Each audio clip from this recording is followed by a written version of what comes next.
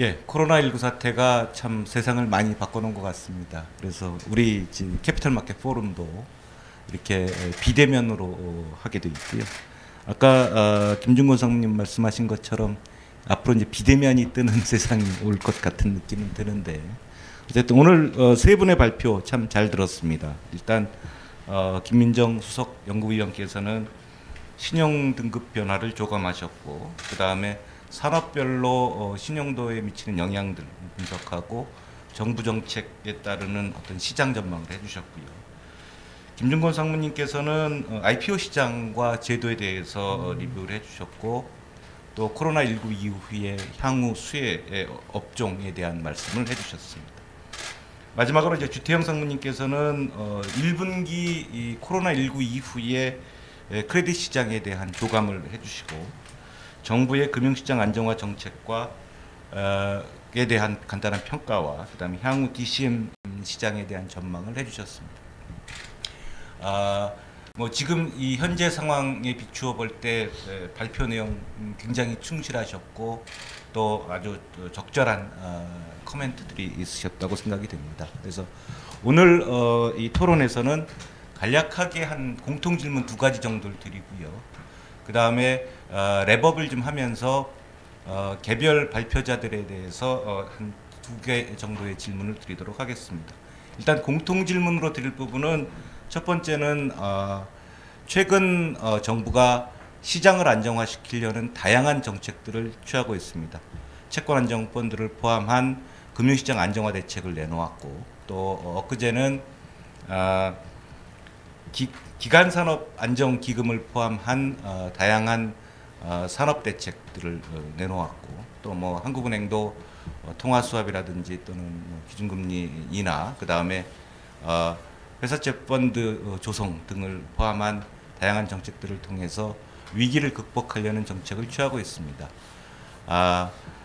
또 지금 정책당국자들이 과거의 외환위기라든지 또는 2018년 글로벌 금융위기 등등을 겪으면서 2008년 그러면서 이 위기 대응에 대한 기본적인 매뉴얼들을 어느 정도 갖고 계시고, 그래서 시장에 아주 적절한 조치를 취하고 있다라는 판단을 하고 있고요.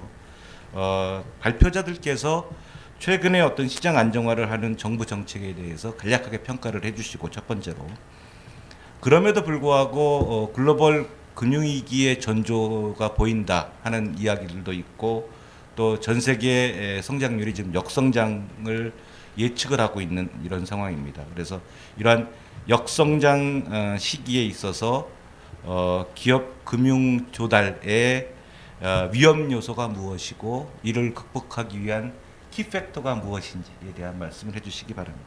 일단 뭐 발표 순서대로 우선 김민정 수석 연구위원께서 발표해 주시기 바랍니다. 네, 하나투자증권의 김민정입니다. 3월 24일 100조 플러스 알파 금융안정 대책이 나왔고, 또 이틀 후에 한은의 무제한 유선 공급 이런 대책이 연이어 나왔고요. 어제까지 또 기간산업에 대한 지원 75조 플러스 알파 나왔습니다. 그래서 지금 3월부터 거의 이제 2달 정도 사실 금융시장이 상당히 많이 불안했었는데, 이런 대책에 대해서 많은 기대가 있었고 지금 2달 정도 지났습니다.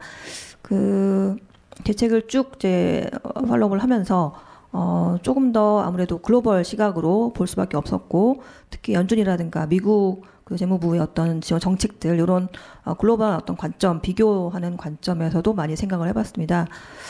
조금 더 그 어떤 규모 측면에서 상당히 그 시장의 불안 심리를 안정시키고 진정시키는데 충분히 정책의 어떤 효과가 저는 있다고 생각을 하고 있습니다.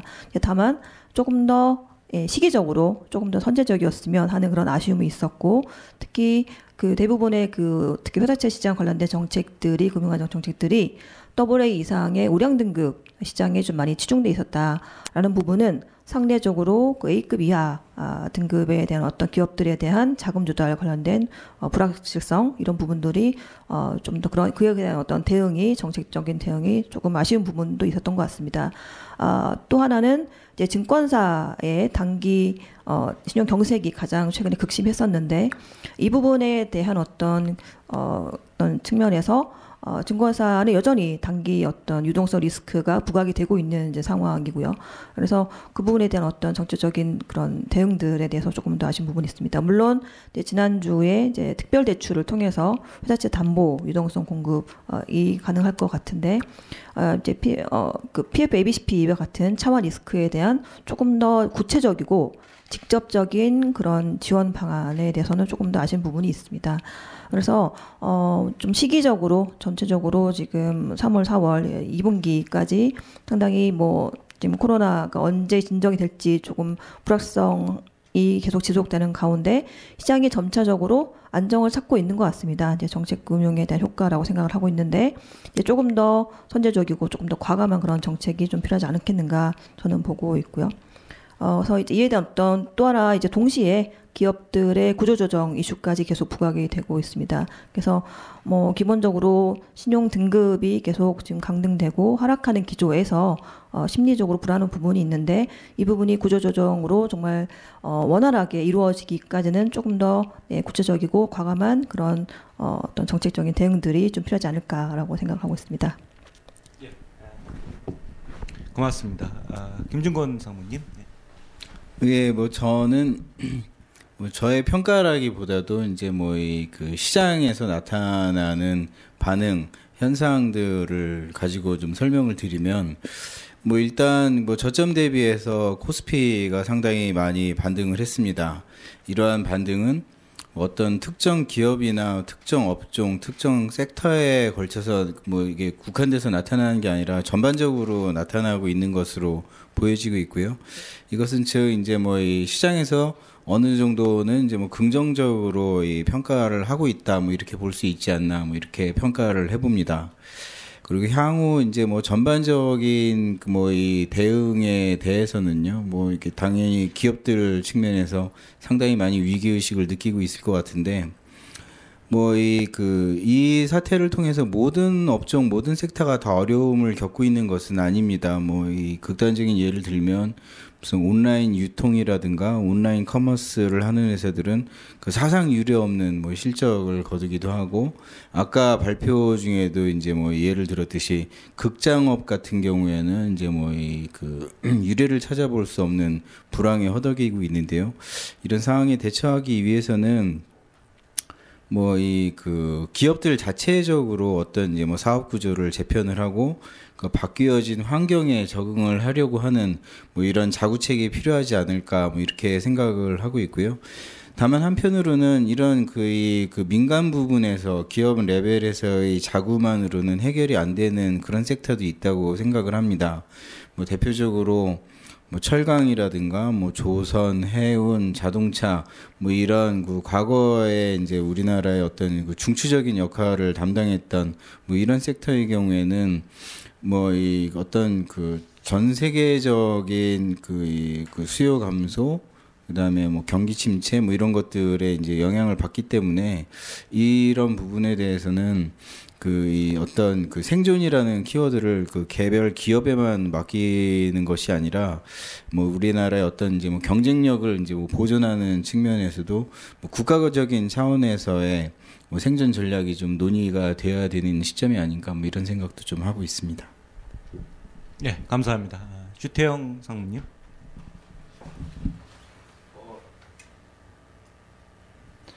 저도 비슷한 생각을 갖고 있는데요.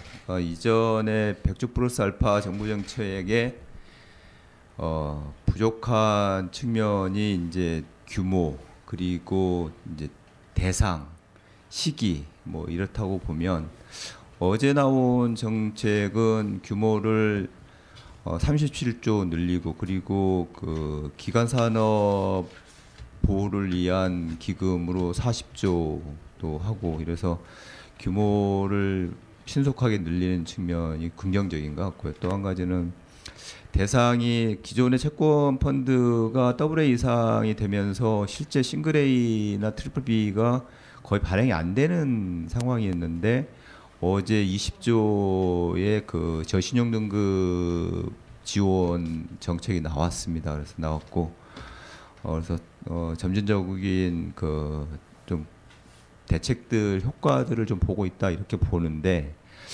마지막 시기적인 측면은 좀 아직도 좀 부족한 측면이 있는 것 같습니다. 어쨌든 저신용 등급에 대한 그 대책이 법이 바뀌어야 되고 그리고 PCBO 기존에 있던 PCBO도 5월부터 이제 산업은행 인수해서 PCBO 프로그램이 진행되는데 이것도 지금 4월 지나고 5월 가는 상황이고요. 그래서 이런 게 조금 시기적인 것은 아직도 좀 부족하다 이런 생각을 갖고 있습니다. 다행인 게 이제 우리 대기업 회사채를 발행하는 기업은 대기업인데 이런 대기업들의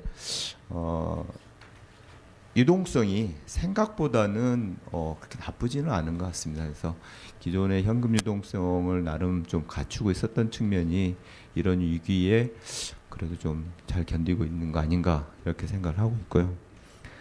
아까 박사님께서 이제 그 역성장 시대에 말씀을 하셨는데 저는 필연적으로 구조조정이 이제 올 수밖에 없다라고 보여집니다. 지금 당장은 지금 유동성으로 이제 모든 걸 커버하고 갈 수는 있겠지만 이 코로나가 없더라도 사실은 우리가 그동안에 유동성 장세에 있었고 이런 시기가 지나면 뭐 구조조정이 올 수밖에 없겠다라고 생각을 하는데 저 생각에는 아마 이번 기회가 큰 그 기회가 될 수도 있겠다는 생각을 갖고 있습니다. 그리고 각 기업들마다 이렇게 돌아다니다 보면은 이 역성장 시대에 유통은 유통대로 어렵긴 하지만 앞으로의 그 산업 변화나 또 소비 패턴의 변화들에 대해서 면밀히 지금 고민하고 있는 것 같고요. 기존의 산업 구조를 벗어나는 기업들의 전략이나 생존을 위한 여러 가지 그 방안들을 고민하고 있는 걸 많이 봤습니다. 그래서 어떻게 보면 아까도 말씀드렸지만 코로나를 잘 관리하고 있는 국가 그리고 가장 그 빨리 좀 코로나를 벗어날 수 있는 국가라고 치면 국가적으로도 그렇고 기업들도 그렇고 이 어려움이 우리만 있는 게 아니라 전 세계적으로 있고 전 기업들이 다 있는 거기 때문에 업종에서 그리고 국가가 아마 이 사태 이후에 좀 큰 기회를 잡을 수도 있겠구나 라고 생각을 합니다. 그래서 이 시기를 그냥 아주 암울하게만 볼 필요는 없을 것 같다. 잘 준비하면 국가도 기업도 또 개인도 저도 그렇습니다. 이후에 엄청난 유동성이 있을 텐데 개인도 그런 기회를 잘 준비하는 시기가 돼야 되지 않을까 이렇게 생각하고 있습니다. 예, 전체적인 시장에 지금 뭐 암울한 이야기보다는 뭐 희망적인 말씀을 해주셔서 감사를 드리고요. 뭐 저도 마찬가지로 우리 지금 이 코로나19를 극복하는 그래서 우리 국격이 올라간 것처럼 이 금융시장 부분도 여러 가지 다양한 위기는 닥치겠습니다만 이를 잘 극복하는 이런 노력들이 필요하리라고 보여지고 또 잘 극복할 수 있으리라는 기대와 희망을 가지고 있습니다. 개별적으로 제가 몇 가지 질문을 좀 드리면 일단 김민정 수석 연구위원께는 회사채 시장이 전반적으로 급격하게 지금 사실은 변하고 있고 그런 상황에서 사실은 제 개인적으로는 여태까지 계속 그 발행 규모가 늘어났던 회사채 시장이 줄어들 것으로 예상을 했는데 이게 그 기업의 자금 특히 이제 DCM 쪽 전반에 영향을 미칠 가능성은 있지 않을까 하는 이런 우려가 좀 되고 있거든요. 예를 들면 정책 자금이 지금 대거 들어오고 이렇게 해서 정책 자금 그 회사채가 대부분 정책 자금으로 쉬프트 된다든지 혹은 은행들을 위주로 하는 간접 금융시장으로의 시장 구조가 개편된다든지 혹은 지금 이제 그 전반적으로 금리가 오르고 또 장기 조달에 대한 불확실성이 커지다 보면 만기 구조도 좀 짧아진다든지 하는 이런 구조 변화들이 좀 예측이 되고 있는데 이런 부분에 대해서 과연 이게 커다란 대세 변화인지 하는 것들에 대한 좀 코멘트를 한번 해주시기 바랍니다. 네, 아까 발표에서 조금 이제 미흡한 부분이었는데 말씀하신 대로 지금 이렇게 전대미문의 이런 코로나 사태를 겪으면서 기업들의 어떤 자금 조달 구조도 좀 상당히 많은 변화가 예상이 됩니다. 지금 아까 그 최근 한 2, 3년 정도 투자재 시장이 상당히 비약적으로 발전했습니다. 양적으로 저금리 기조가 장기화되다 보니까 은행 대출보다 상대적으로 투자채라든가 CP 발행을 통한 직접 금융 시장이 상당히 많이 이제 확대가 됐고요.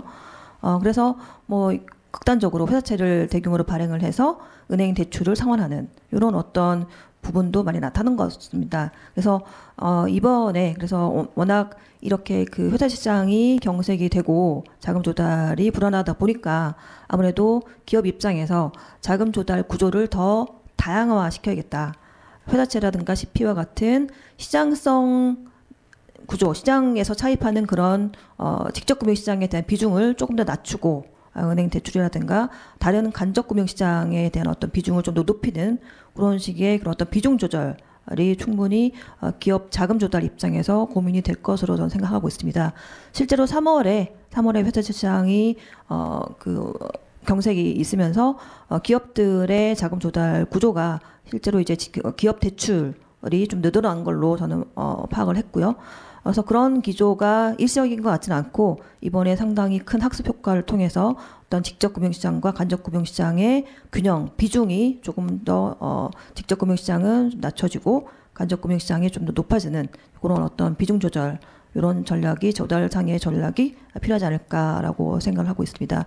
또한 뭐 회사채, CP, 대출 말고도 뭐 매자님과 같은 그런 다양한 자금 조달 수단에 대해서 많은 고민이 이루어질 걸로 그렇게 전망하고 있습니다. 예, 고맙습니다.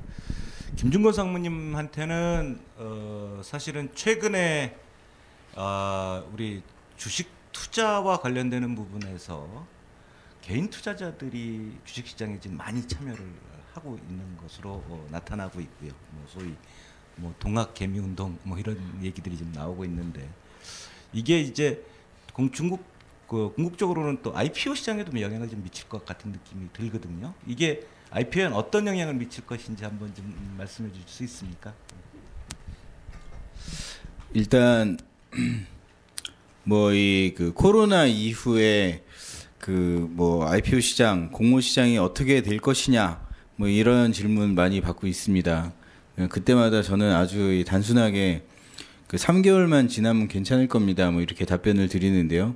그 대체로 이 아까 보여드렸다시피 지금 6개 기업이 연속으로 공모에 실패하는 현상이 나타난 게 3월부터 시작이 됐으니까 한 5월 정도까지, 길게 봐도 5월 정도까지면 그 제일 암울한 국면은 이제 통과를 하지 않을까 뭐 이렇게 예측을 하고 있는데요.